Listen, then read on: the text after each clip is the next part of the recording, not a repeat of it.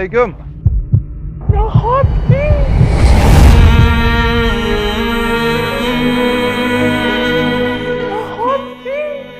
Banu meni katta qizim orzu qilardi-da.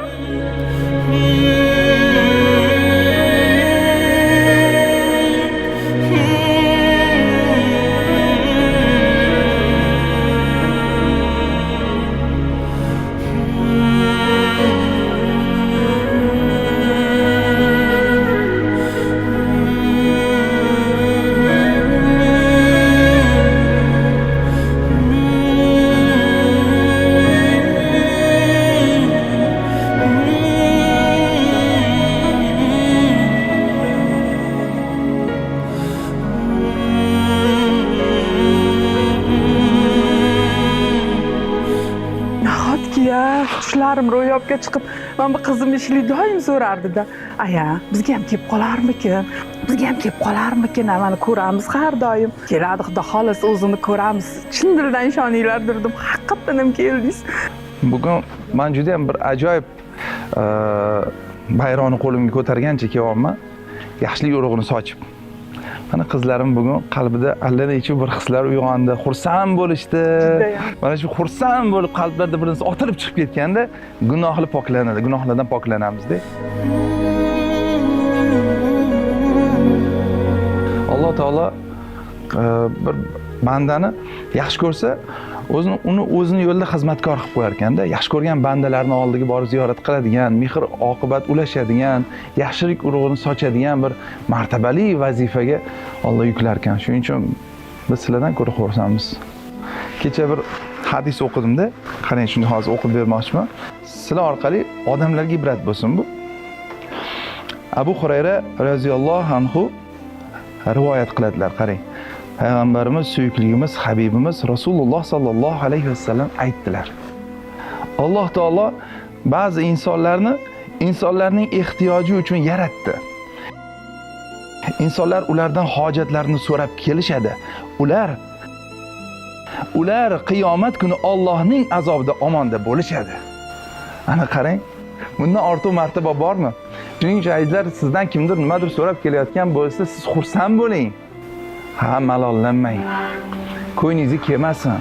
Telefoningizni o'chirib qo'yib, Telegramdan javob bermasdan bir xil bahonalarni qilib qochishga harakat qilmang, chunki Alloh sizni qiyomatning azoblaridan omonda saqlamoqchi. Tushunyapsizmi? Yaxshilab eshitdingiz hadisni. Alloh taolo ba'zi insonlarni odamlarning ehtiyoji uchun yaratdi. Odamlar ulardan nimadir so'rab kelishadi. Ana shunday insonlar qiyomat kuni Allohning azobidan omonda qolishadi. Dunyoda bir ayam bilan dadam ajrashgandan keyin bizdan hamma voz kechib ketdi deyarli. Hech kim bizga ishonmaydi. Mana mahallada dadam hamma qarindoshlari tursa ham yonimizga kelmadi. Hech kim yelkama-yelka turmadi. Nimadir bo'lsa, nuqul hamma ayb bizdan dedi. Chunki dadam ketgandan keyin uyda deyarli hech narsamiz qolmadi.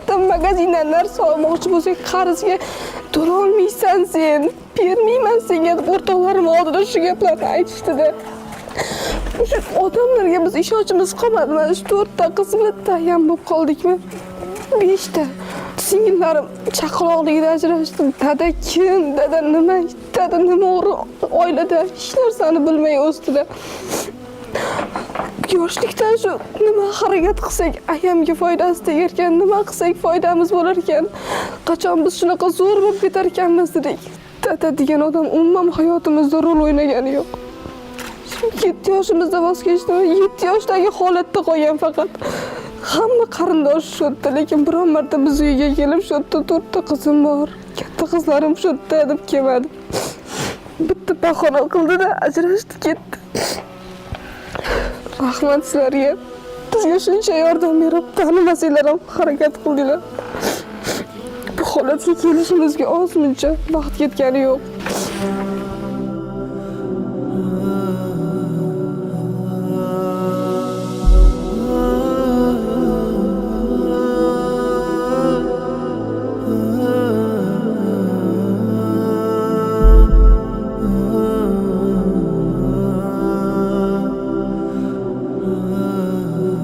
Qizim, yaxshi insonlar ko'p. Endi dada deganda borib so'rashsa ham qaramay. Men bir qiz kasal, mana 8 yil bo'lib qopti. Hindistonga harakat qilganman-da, borishim kerak. Yordam bering, yo'q, unaqa narsaga yordam yo'q.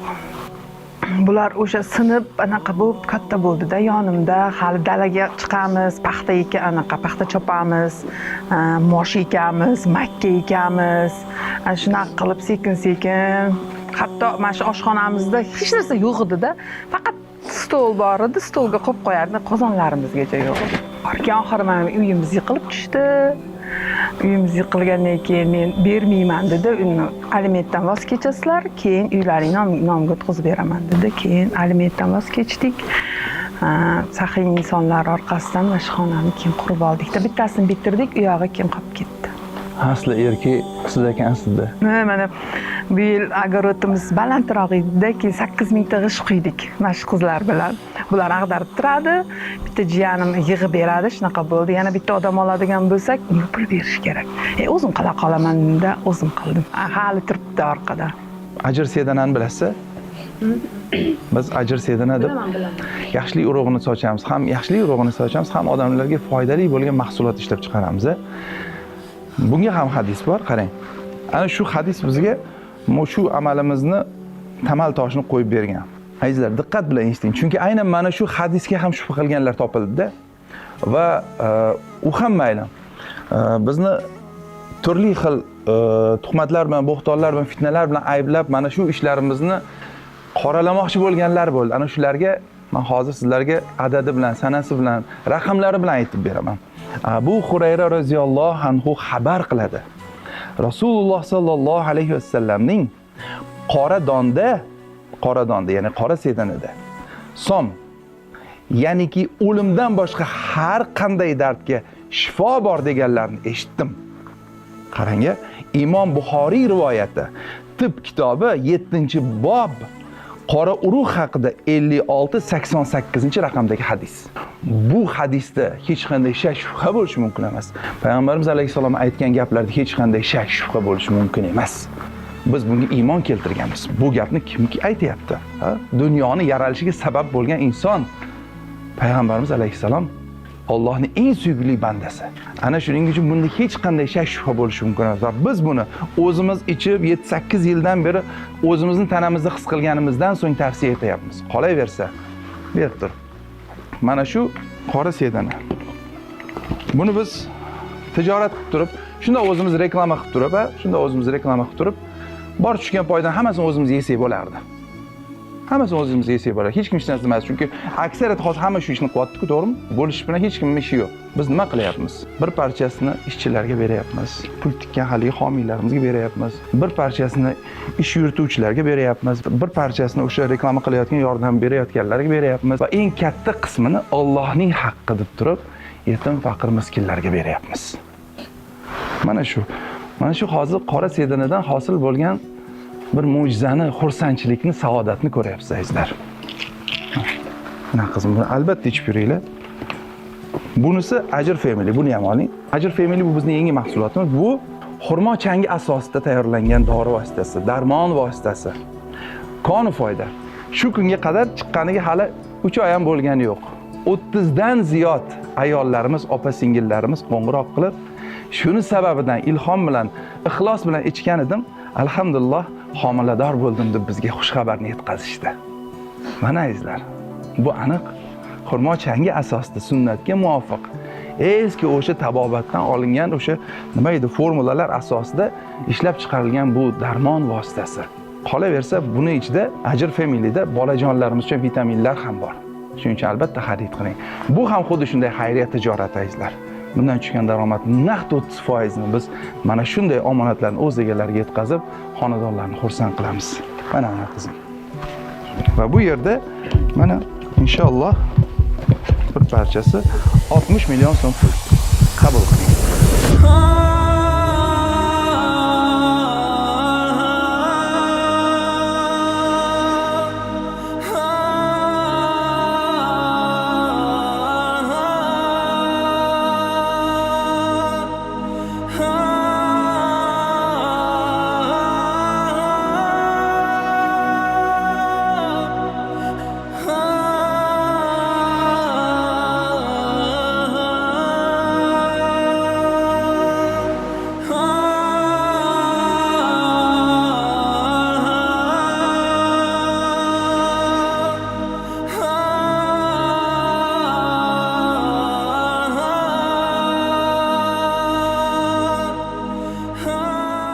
xudo xohlasa inshaalloh boshlanishi.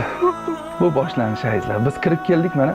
To shu uylarni remont qilib, qizlarimiz kontraktini to'lab, bularni o'qitmaguncha qo'ymaymiz. Bu tijoratlar mana shunga xizmat qiladi. Shuning uchun mana bu xayriya tijoratlarni biz tashkil etganmiz. Ya'ni xalqqa chiqib hadeb yomon ko'rinib, tanqid qilib, pul so'ramaslik uchun o'zimiz yaxshi tijoratlar qilaylik-da, u katta korporatsiyalar bo'lsin, shundan tushgan daromad bilan shu xohlagan ishlarimizni qilaylik, o'zimizdan yaxshilik qoldiraylik degan maqsadda. Bu Timurbek, mana tanishib olinglar. Assalomu alaykum. Yaxshimi? Mana shu tijoratlarimiz yuritadi bu ukamiz. Inshaalloh bundan buyon shu ukamiz sizlardan xabar olib turadi. Uylarni remont qilishimiz kerak, qizlarimizni o'qitishimiz kerak va xudo xolasa ularga mehr oqibat ulashib, doimiy parvarishda kuzatib turishimiz kerak. Omonat bular. Qolaversa yana hadiyalarimiz bor, olib kiringlar.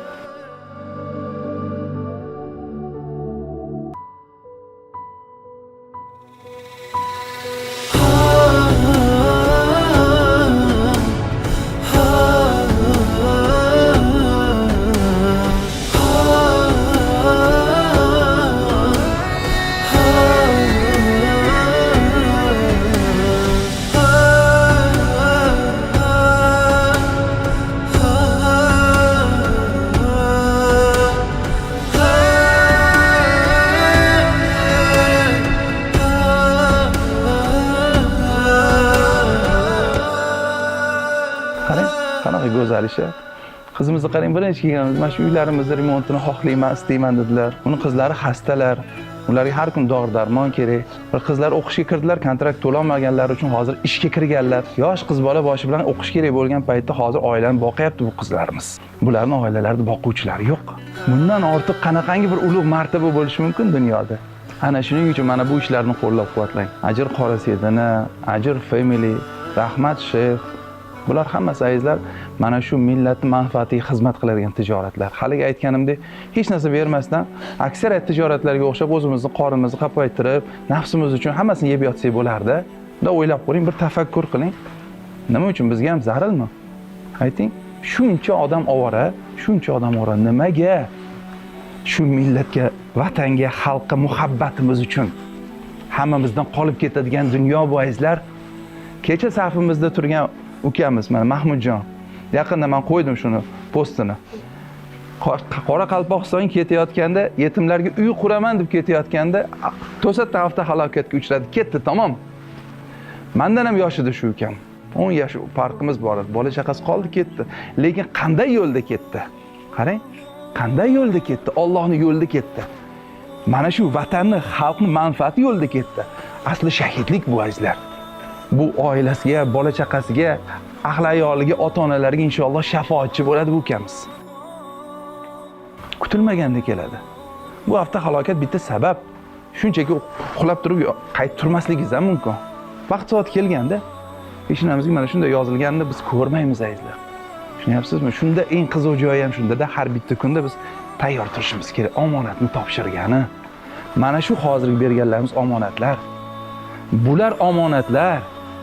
Mana videolarimiz ko'rayotgan bo'lsangiz, hech qaysi birimizni bir nolishga hayotdan men baxtsizman deyishga haqqimiz yo'q.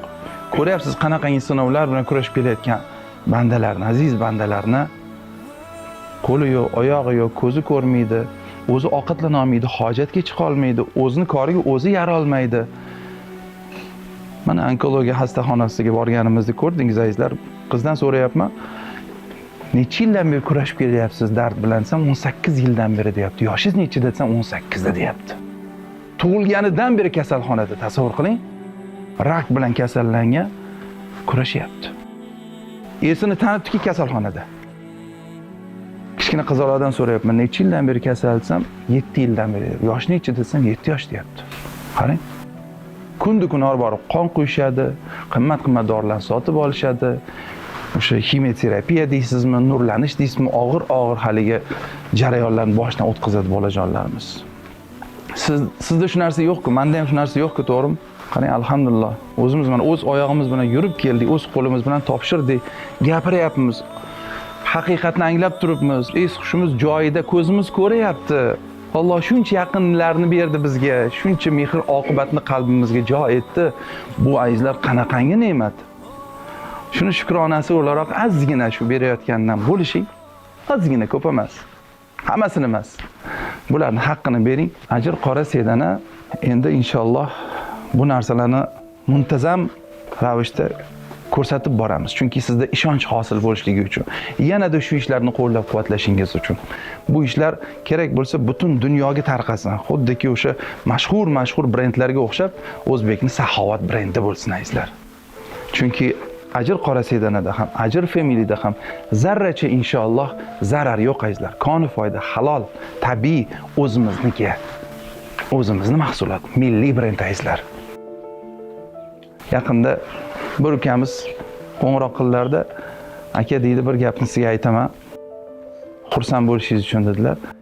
Labba aytsam, shu uyga borsam, dasturxon ustida Ajr qora sedanani ko'rib qoldim dedilar.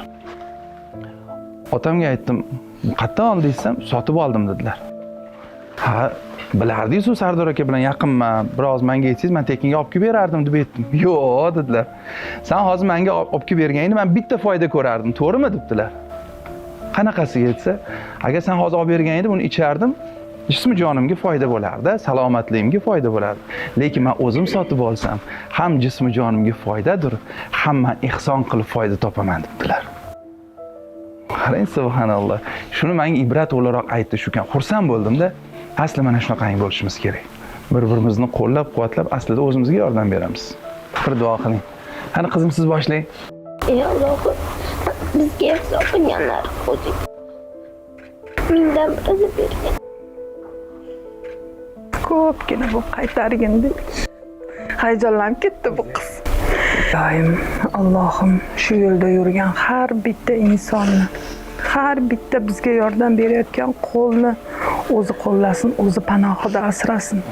Ilohim umrlaringiz uzoq bo'lsin. Nimaiki yaxshi niyatlaringiz bo'lsa, niyatlaringizni amalga oshirsin. Allohim bizga berganlaringizni o'rnini 10 barobar, 100 barobar, 1000 barobar, million barobar qilib to'ldirsin. Qizim ayting. Duolaringiz ijobat hozir shu onda. Ilohim umringiz uzoq bo'lsin. Har bitta qiladigan mana shu ihsonlaringizni, odamlarning ko'ngliga topayotgan yo'llaringizni ilohim narigi dunyoda hamma anaqasini ko'ring. Jannatda payg'ambarimiz bilan birga yurishingizga nasib qilsin. Hamma farzandlaringiz rohatini ko'ring. Alloh hammalaringizdan rozi bo'lsin. Ajr nomi bilan ajr. Va biz aytamizki, ajrdan oling, ajr oling. Rahmat, sog' bo'linglar. Alloh panohida asrasin. Rahmat. Bu o'zimizni milliy brend, saxovat brendi. Ajr yaqinlaringizga, oila a'zolaringizga, ota-onalaringizga, farzandlaringizga olib bering. O'zingizga ham har kun iching. Bu yil 12 oy har kun ichishga tavsiya etiladigan o'zimizni milliy mahsulot. Salomat bo'linglar.